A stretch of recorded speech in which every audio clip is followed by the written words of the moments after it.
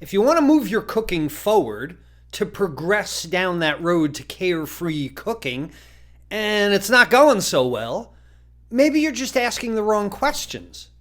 Asking the right questions for the answers that you need will give you confidence in the kitchen, will give you pride. And we're going to talk about asking the right questions today on the Carefree Cook's Code. I'm Chef Todd Moore, and this is the Carefree Cook's Code, every Tuesday live at noon Eastern. Here's our challenge.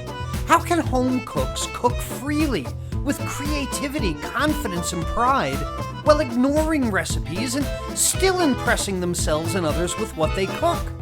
Well, the answer is found in becoming empowered with how cooking works, using dependable and repeatable methods of cooking that work for any ingredient, for any diet, and any desire, just like chefs do. And we'll know we've cracked it when everyone sees cooking as an exciting and rewarding way to improve their relationships, their lifestyles, and their health through better food and cooking. This is the Carefree Cook's Code.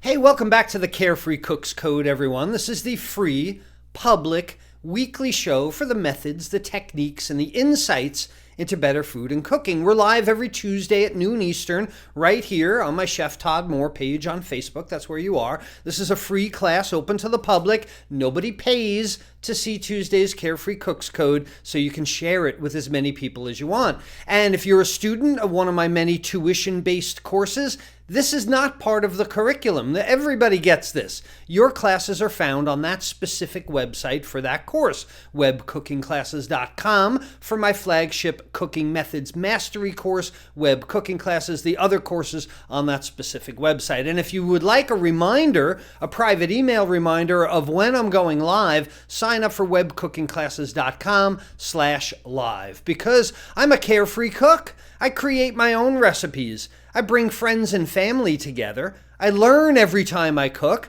I create my own cooking style because I practice pro methods and I love my cooking. Hey, everybody. Good to see you again. Carefree cooks all over the world. It's great to be back with you, chipping away, at those chef secrets, the skills that will help you break the Carefree Cook's Code, start cooking with creativity, confidence, and pride. That's my mission to bring to everybody. And, I imagine one day, maybe I'll be 95 years old or something, and they'll come to me and they'll be, Chef Todd, the last person in the world started cooking with methods. And I'll be like,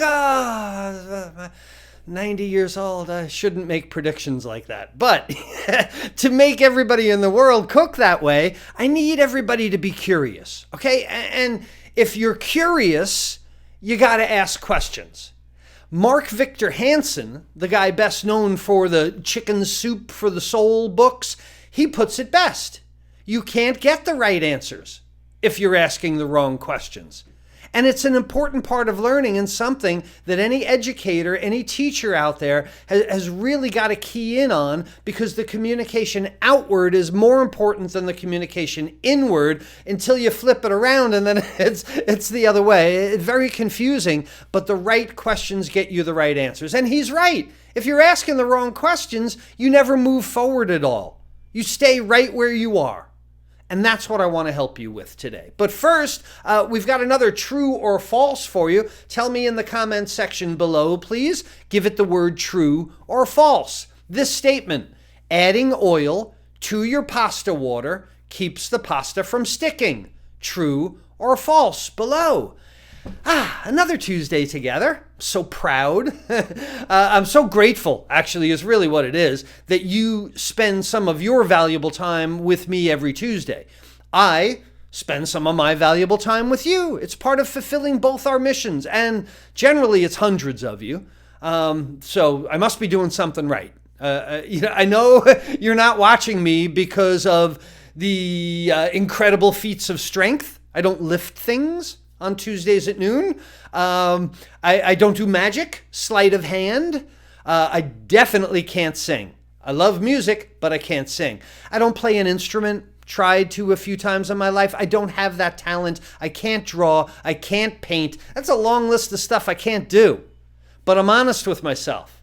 And I know that there is something that I do really, really well. And immodestly, I consider myself the best in the world at what I do. I'm a chef educator. Maybe educator first, and then chef. I'm an educator chef.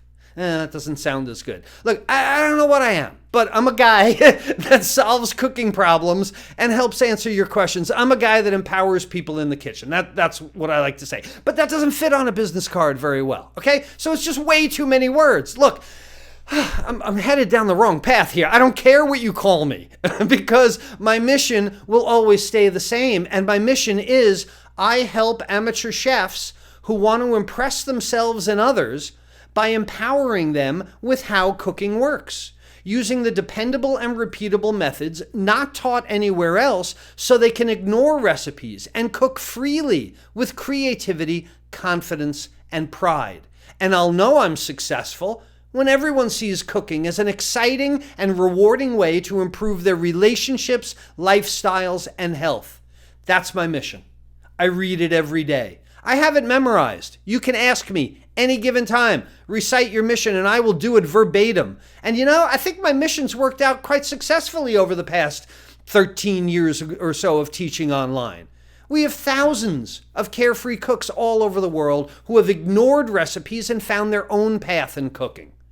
And I didn't do it for them. I didn't cram it down their throat and make them do it. If only, right? They did it themselves. They did it without my help, generally. And it's mostly because these people seek out the information, they internalize it, use it, put it to use, and then they ask the right questions to clarify.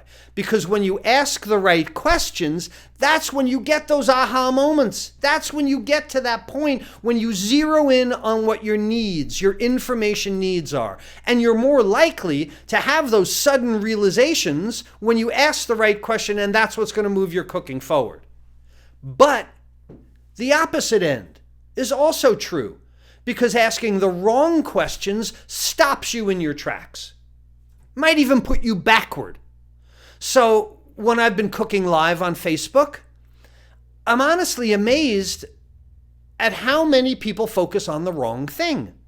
They focus on the wrong questions. And I want to help those people too, because they're the ones that are really stuck. They're the ones spinning their wheels in the mud. They may never find true freedom in the kitchen because they're asking the wrong questions, and I don't answer the wrong question. And it's not because I'm annoyed or anything, but it's because the wrong question can only get a wrong answer. Don't answer wrong questions. And what I mean by that is if I give you an answer to a wrong question, it validates that question. And then the person thinks, oh, there's the singular answer. All my cooking problems are solved because I got the answer to the one question. What's the oven temperature? But that's not it. So when I started cooking live on Facebook, and I see the question like, how long do you cook it, in the chat scrolling by, I know that person's focus is in the wrong spot. I want to refocus that person because their focus is on the clock and not on the food. So, the question, you know the answer to this, say it with me, until it's done. How long to cook something? The answer is always the same, until it's done, because it is not a length of time issue in cooking. Time and cooking don't go together. The right question to ask is, how do I tell when it's done? How do I recognize when it's done? What are the ways that I can quantify when it's done? And it's got to do with the effects of heat on food, not just the effect of the clock on the food. The heat affects the food a lot more than the clock does. So looking for, anticipating, asking the question, how do I tell doneness in this item? What is the end result that I want? Another wrong question. I'll be demonstrating knife skills, showing you different knife cuts, and someone will come out with, what brand of knife is that? I have trouble stopping what I'm doing to answer brand knife questions or brand pan questions or what kind of spoon it is. It's just another wrong question. So unless your focus is on shopping rather than cooking. The brand that you use doesn't matter. I never tell people they have to buy anything to cook well. The cheapest knife. I went through all of culinary school and all of web cooking classes with like a $25 knife. Right? I learned everything. And every brand has a low end and a high end. They can license their logos to other companies and make cheaper products. So the brand is not going to do. So have you seen what's happened to Henkel knives, by the way? They have $10 Henkels at Target. So the right question to ask yourselves is, what is the characteristic of the knife, the pan, the spoon that's most important to you? There are online retailers that have 5,000 reviews. There's where your education is. Oh, well, that person complained, this element of it, but that's not important to me. So that might be the best pan to them and not to me. You get the idea? The best question to ask is, how do I get the characteristics that I want? Similarly, I get this all the time. When I cook on my electric stove here, which I'm renting where we live, so I didn't have much of a choice, but the people that say, how do you possibly cook on an electric stove? Or what do I do if I don't have a gas stove? As if they'll never be able to cook anything because they don't have a gas stove. I get this comment all the time. I would never listen to a chef that cooks on an electric stove. That's just, honestly, close-minded, plainly. And you're asking the wrong questions if all you can think of is the type of stove when it's really the source of the heat that matters most. Heat is heat. Cooking is cooking, and a skilled cook can control heat no matter what the heat source is. And I was told by one of my mentors long ago, a great cook can cook on a hot rock. And it might not be exactly, there's a little hyperbole in there, but I never forgot that. So the right question to ask yourself is, what method of cooking should I use? What heat source should I use watching how I cook the item? And then do it in your kitchen. Gas, electric, open fire, wood-burning oven, hot rock, it doesn't matter. It again goes to, what are the end results I'm trying to get by cooking this item? The next wrong question actually makes me happy because it means that there's another mind for me to change, a new carefree cook in the making. I'll go through this whole thing about methods on cooking lives, and this is, you do this, and somebody will say, hey, can I have the recipe? If you are looking for written instructions for cooking, it's the wrong questions. If you're looking for a recipe when you're watching one of my broadcasts, you're definitely way off. First, in mine, there is no recipe. I don't read them, I don't write them, I don't follow them. There's never a recipe for me to give you. And that means that you're not focusing on the dependable, repeatable methods of cooking. The responsibility is in the methods, not on a piece of paper. So if you're asking someone else what you should cook, then you're giving someone else the responsibility of what your cooking is instead of you. Asking about written instructions is the wrong question. But the right question is, how would I duplicate that method using the ingredients that are right for my diet or desires? That's the right question. So if you see me cook in a certain way, don't bother asking, can I do this with eggplant? Go do it with eggplant. Anybody you see on YouTube, even those celebrity chefs who, by the way, have 18 minutes of commercials per hour and usually a sponsor for their pans and stuff like that. Nonetheless, if you're watching them on TV, watch what they do. Then use what you want to use. Don't use that's a recipe. You have to use these things. You don't have to use those things. Use what you want to use. Similarly, how much of something do you use? When people see me just throwing ingredients around, you've never seen me measure anything. Maybe when I do pizza crusts, some baking. But you see me throw stuff around, I don't know. I don't know how much of something I added. And that goes right along with the recipes. So again, unless you're following a baking formula, how much or how little of something you use is entirely within your control. Seasonings, broths, the size of the protein product, the amount of butter or oil for saute. They're all subject by your tastes, by what you have in mind. Here it comes for the third time, by you envisioning the end result. I expect my dish to taste this way. Put a little bit of oregano in, taste it. I expected my dish to taste more like oregano, so you put more in, right? You get the idea. You work it, you massage it. Add more pepper if you want it more peppery. Add less broth if you want the item to be drier or your sauce to be thicker. And this also touches on knowing how to be confident in your cooking methods and again be able to recognize the effects of heat on food and make judgments. So if in the bottom of your pan you're getting that brown fond and it's starting to go from brown to black, from caramely, toasty, sweet in the bottom of your pan to black and burnt and bitter, that's the time in a method thinking way to change the method. Pour in that broth, change the cooking method from intense direct source heat to indirect moist heat, and you'll save that flavor, you'll save that pan. That's what I mean by working methods, because otherwise you'd be looking at the recipe going, well, it says 3 to 5 minutes and it's only been 2, so I guess I should just let it keep burning. Again, the clock, right? So the right question to ask yourself is, if I add XXX amount of something, what will the outcome be? What will the result be for my tastes? Because we always cook with the end result in mind, right? So if you have a big thing of soup or you have a sauce and you're not sure whether cilantro is going to go in it, get a little ramekin cup and take a spoonful or 2 of the sauce, put a tiny little pinch of cilantro, stir it up, and make yourself a little laboratory experiment. But don't add it to the whole soup or the whole sauce, because you might go wrong, okay? So taste and let your taste buds be your guide. The other one I get, people say, hey, was that medium heat?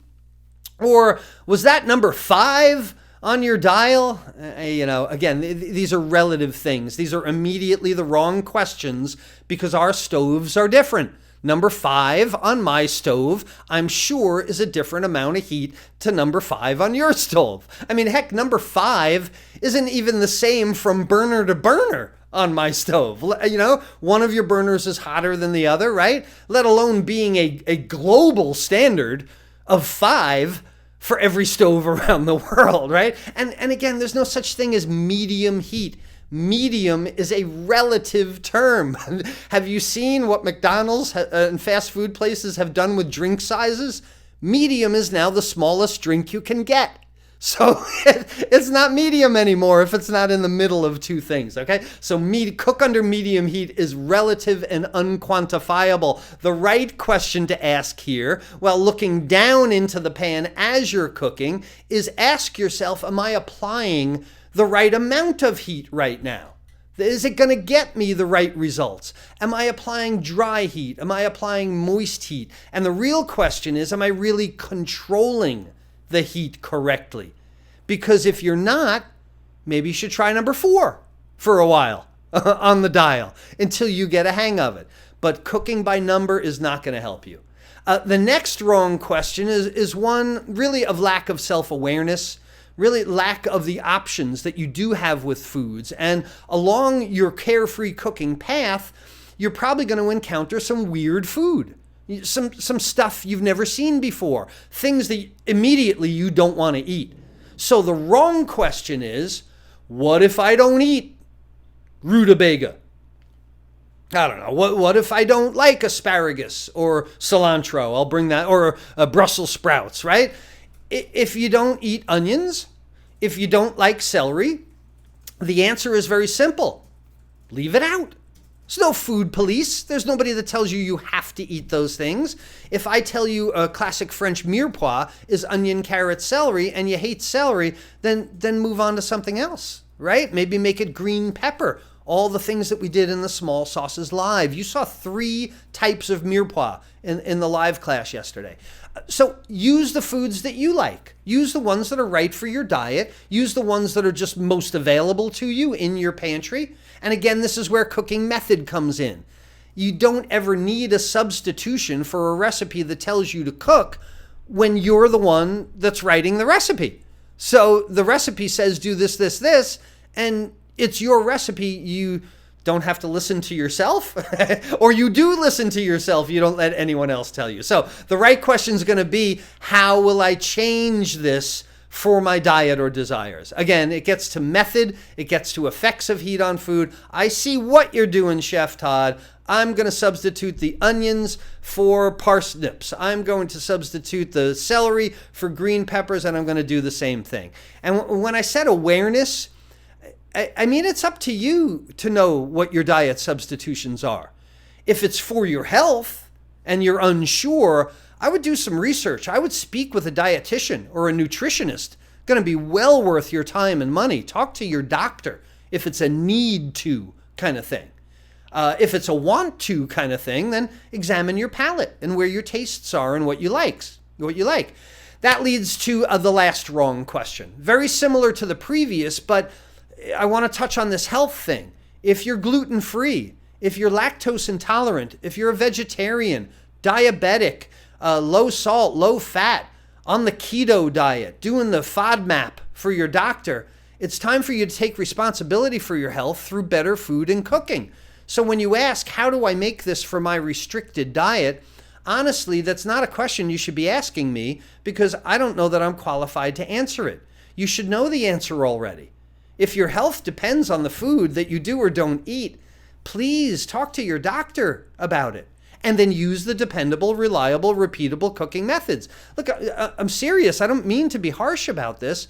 If you're lactose intolerant, I'm not the guy to ask. You should know about alternative milks and cheeses.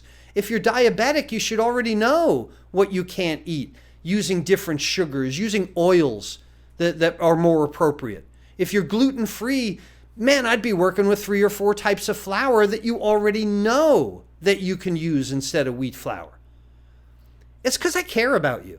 I mean, it's what it comes down to. I don't mean to be harsh, and I definitely don't want to offend anyone. I'm here to educate. Remember, I'm a educator chef. I'll work on that. I'll work on the title, but I care about you. And if your food is your health, know these answers ahead of time. Because the best thing that you can do for yourself to move your cooking forward is to think carefully about the questions you're asking. The questions you're asking of me, the questions you're asking of yourself, and the questions you should be asking a doctor if that's where you are with this.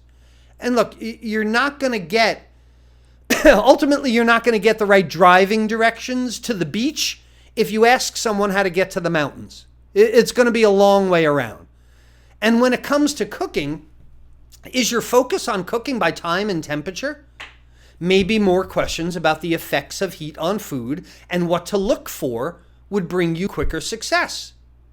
If you think precise measurements of ingredients is the key to cooking and you always want to know how much, maybe you can start taking more of an artist's attitude about this. I mean, heck, maybe you just splash paint against the canvas like so many of them did. Do that a few times and see what happens. It's a lot more fun than measurements. And as you ask the right questions, you are going to get the answers that are really going to help you. And you're going to be really glad that you did ask the right questions. So, now I got a few questions for you. What are you making for dinner tonight? Ask yourself, what method are you going to use? I know I'm going to make this dish. I'm going to cook it this way. Are you already envisioning in your mind how you're going to cook it? Are you looking in your mind for what the end results you want to be? I want it to have that nice brown caramely thing. I want it to be tender. I want it to be creamy. I want it to be whatever. Visualization. That's really what this whole class is about today. It's so good. It's so powerful. Heather sees me just about every night of the week. I'm in the kitchen. I'm leaning against the kitchen counters. I got this kind of thing, look on my face. I kind of look like I'm going into a trance. I'm imagining it. I'm seeing it in my mind. I'll heat the pan first. Then I'm going to put the olive oil in. Should I do the onions and garlic first and then the chicken? Or should I saute the chicken and then remove it from the pan and then put the onions and garlic in with the fond? I work the whole thing out in my head before I ever go to the stove. And do you know what that does? It brings up all the questions that I might have. It brings up the questions in advance so I can answer them myself before I start cooking. It's not the time to ask questions when the pan is burning. Try it. I'm telling you, visualization, it gives you all the answers. I used to do this to my students in culinary school all the time. After we had it was an entree production class. So after we had service or after the class, they had to cook whatever they did. We had a meeting. Everybody gathered around. And I would pick a guy out and I would ask him, tell me what you cooked. And invariably, they would take out a piece of paper. And I made this, and I would go, no paper. Close your eyes and tell me what you cooked. Close your eyes and tell me how you did it. And they would close their eyes and they would go, okay, first I cut up the chicken, then we got the olive oil, then the onions, and it would start coming out of them with their eyes closed. That's visualization. That's the key to cooking. That's the way that you should be doing it, not with your nose in a book. It all comes down to asking the right questions. Knowing the right questions to ask comes from visualizing how you're going to cook your dish and cooking with the end result in mind. That's the key to cooking today. That's what you should be doing. But let's get back to the true or false, because here's something you should not be doing. No, no, oil does not stick to pasta, especially in water. Has anyone ever told you, and evidenced by that photo, that oil and water don't mix? So when you put oil in your pasta water, put the pasta in, cook it, and then pour it through the colander, the oil is in your drain. And if you put enough oil in the drain, you will get a visit from the plumber who'd be glad to charge you a few $100 to clog your drain. It just doesn't happen. There's a way for you to do this experiment, which is save the water, weigh the oil, that kind of stuff. But we won't get into that today. But no, oil in your pasta water does not keep it from sticking. Cook your pasta. You can put oil on it afterward, after you drain it. That could keep it from sticking. I always believe in par cooking pasta as well. Look, if you know someone who has a lot of questions about cooking, but maybe they're the wrong ones, please like, share, love this video if you want, so everyone can get the answers that they really need. All right, calling all carefree cooks out there. Excuse me for a minute, everybody else. I know it's a public class, but excuse me. Carefree cooks. People in our Carefree Cooks community. I'm addressing the students of my tuition-based classes right now, student members that have free access to our Carefree Cooks community. As I said earlier, Tuesday's Carefree Cooks Code is open to the public. Anybody can share it. But yesterday, I held an exclusive class inside our Carefree Cooks community for Carefree Cooks only. So I wanted to remind all of you that are eligible that post, the replay, is already there. The Small Sauces class replay is in our community if you want to see it, if you missed yesterday's class. But it's not going to be there forever. So the replay is going to expire soon. So if you want to go deeper on tomato sauces, watch that class. Plus, the class also contains an outrageous announcement that I make at the end that I know that you're going to want to see. If you're not a student member of one of my tuition-based courses, never mind. Forget about that. So until next Tuesday, where we take even more steps toward breaking the Carefree Cooks Code, this is Chef Todd Moore reminding you that there's a method to your unquestionable cooking success.